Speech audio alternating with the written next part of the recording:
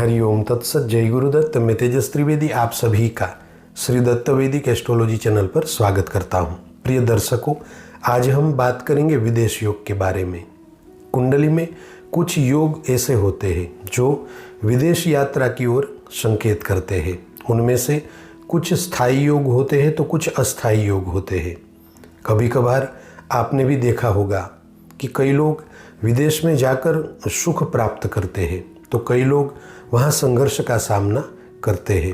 तो आज हम इस वीडियो के माध्यम से आपको बतलाएंगे कि आपकी कुंडली में कौन सा योग बन रहा है।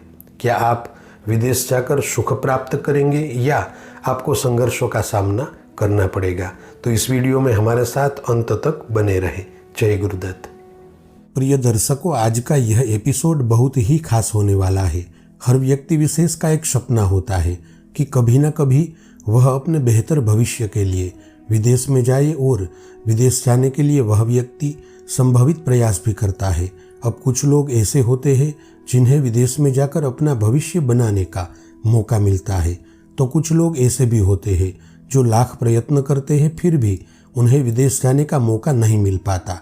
विदेश योग के मूल दो प्रकार है, एक स्थायी और दूसरा अस्थायी। जब जन्म कुंडली में विदेश जाने के स्थायी योग बन रहे हो तब वे व्यक्ति विदेश जाकर वहां पर कायम बसवाट करके एक अच्छा मुकाम हासिल करता है। और कुछ लोग ऐसे होते हैं जिनकी जन्म कुंडली में विदेश जाने के अस्थायी योग होते हैं, जिसके कारण वह व्यक्ति विदेश तो जाता है किंतु कुछ समय अंतराल के बाद उसे वापिस अपने घर आना पड़ता है। विदेश जाने के पीछे कई कारण होते हैं। कुछ लोग वहां पर हमेशा रहने के लिए जाना चाहते हैं, कुछ लोग व्यापार और कारोबार से संबंधित कार्य करने के लिए जाते हैं, कुछ छात्र पढ़ाई के लिए जाना चाहते हैं, कुछ लोग नौकरी करने के लिए जाते हैं, तो कुछ लोग केवल घूमने फिरने के लिए जाते हैं। अब ज़्यादातर लोगों को परेशान करने वाला प्रश्न यह है कि क्या मेरी जन्म कुंडली में विदेश योग बन रहा है। एक बात तो निश्चित है कि जन्म कुंडली में विदेश यात्रा के योग बनेंगे तभी वहां पर जाना संभव होगा। यहाँ पर एक बात और भी है कि हर व्यक्ति को विदेश जाने का अंतिम निर्णय लेने से पहले यह जान लेना जरूरी है कि उनके लिए विदेश जाना लाभकारी है कि नुकसानदेही। इस बात का आकलन करना बहुत ही जरूरी है। इस बात में कोई दो राय नहीं है कि विदेश जाना हर व्यक्ति के जीवन का महत्वपूर्ण निर्णय होता है। अतः आज हम इस वीडियो के माध्यम से आपको बताएंगे कि जन्म कुंडली में विदेश यात्रा के कौन से योग शुभ और कौन से अशुभ योग बनते हैं। अगर आपकी कुंडली में विदेश जाने के शुभ योग बन रहे हैं तो बेझिझक आप विदेश गमन कर सकते हैं, किंतु अगर आपकी जन्म कुंडली में विदेश जाने के अशुभ योग बन रहे हैं तो थोड़ा विचार विमर्श करना जरूरी है। विदेश यात्रा के योगों का निर्माण कई तरह से होता है। यहाँ पर हम आपको विदेश यात्रा के योगों के बारे में संपूर्ण जानकारी देंगे, जिसे आप अपनी कुंडली देखकर जान पाएंगे कि आपको विदेश यात्रा का योग हो रहा है कि नहीं। और अगर विदेश यात्रा के योग हो भी रहे हैं तो क्या आपके लिए विदेश यात्रा करना शुभ रहेगी। तो आइए पूरी बारीकी से जानते हैं विदेश योगों के बारे में। पहले बात करते हैं चंद्रमा से होने वाले विदेश योगों के बारे में।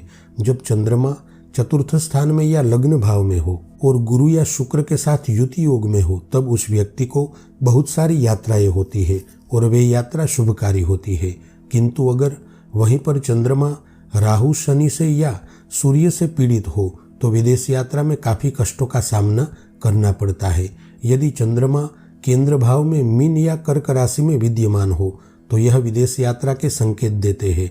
जब चंद्रमा 8वें, 9वें या 12वें भाव में स्वयं की राशि में या उच्च राशि में हो और गुरु की शुभ दृष्टि में हो तब उस व्यक्ति को विदेश में स्थायी रहने के योग बनेंगे और वहां पर उसे सुख और समृद्धि की प्राप्ति होगी। यदि चंद्रमा से शुक्र 6वें स्थान में स्वयं की राशि में हो तब वह जातक विदेश जाकर अच्छी नौकरी पा सकता है। जब चंद्रमा 11वें भाव में स्वगृही हो और 7वें स्थान में मंगल शुक्र मीन राशि में हो तो वह जातक प्रेम विवाह के जरिए विदेश में जाकर बसेरा करेगा और उसे वहां सुख की प्राप्ति होगी। आइए अब जानते हैं सूर्य के द्वारा होने वाले विदेश योगों के बारे में। यदि जन्म कुंडली में सूर्य पृथ्वी तत्व की राशि में हो और गुरु चंद्र प्रथम स्थान में बैठे हो तब उस व्यक्ति को व्यापार और कारोबार के काम से बार बार विदेश यात्राएं होती है। जन्म कुंडली में पहले भाव में सूर्य की स्थिति विदेश यात्रा से समृद्धि को दर्शाती है। जब सूर्य सिंह राशि में 5वें स्थान में बैठा हो और 10वें भाव में मकर राशि में गुरु और चंद्रमा स्थित हो, तब उस जातक को या तो सरकारी ऑफिसर के रूप में विदेशी दूतावास में नौकरी मिलेगी या फिर विदेशी कंपनी में अच्छी पोस्ट पर नौकरी मिलने के कारण विदेश जाना संभव होगा। आइए अब बात करते हैं राहु से संबंधित विदेश योग के बारे में। राहु एक छाया ग्रह और मायावी है। जब किसी जातक को राहु की महादशा चल रही हो और जन्म कुंडली में राहु 10वें भाव में हो, तब या तो विवाह से संबंधित या फिर विदेशी के साथ साझेदारी के कारण विदेश यात्रा होती है। तुला लग्न वाली कुंडली में 9वें भाव में राहु की स्थिति अचानक से विदेश यात्रा करवाती है। विदेश यात्रा के संदर्भ में राहु की महादशा में गुरु की अंतर्दशा चल रही हो और जन्म कुंडली में गुरु केंद्र स्थान में स्वग्रही हो, तब उस जातक को विदेश में जाकर खुद का व्यापार शुरू करने का योग निर्माण होता है। यदि जन्म कुंडली में 10वें स्थान में कर्क राशि में राहु और चंद्रमा साथ में हो, तब उस व्यक्ति विशेष को विदेश में सरकारी क्षेत्र में अच्छे पद पर नियुक्ति होती है। आइए अब बात करते हैं शुक्र से होने वाले विदेश योग के बारे में। जब जन्म कुंडली में 5वें स्थान में मेष राशि में शुक्र हो और चंद्रमा प्रथम स्थान में हो, तब पढ़ाई के लिए विदेश यात्रा होती है।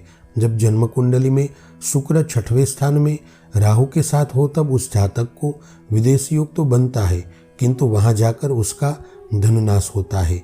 जब जन्म कुंडली में भाग्य स्थान में शुक्र मंगल की युति हो रही हो, तब विवाह उपरांत पति या पत्नी दोनों में से किसी एक की वजह से विदेश गमन होता है। आइए अब जानते हैं कि मंगल, शनि और बुध के द्वारा विदेश यात्रा के योग कैसे बनते हैं।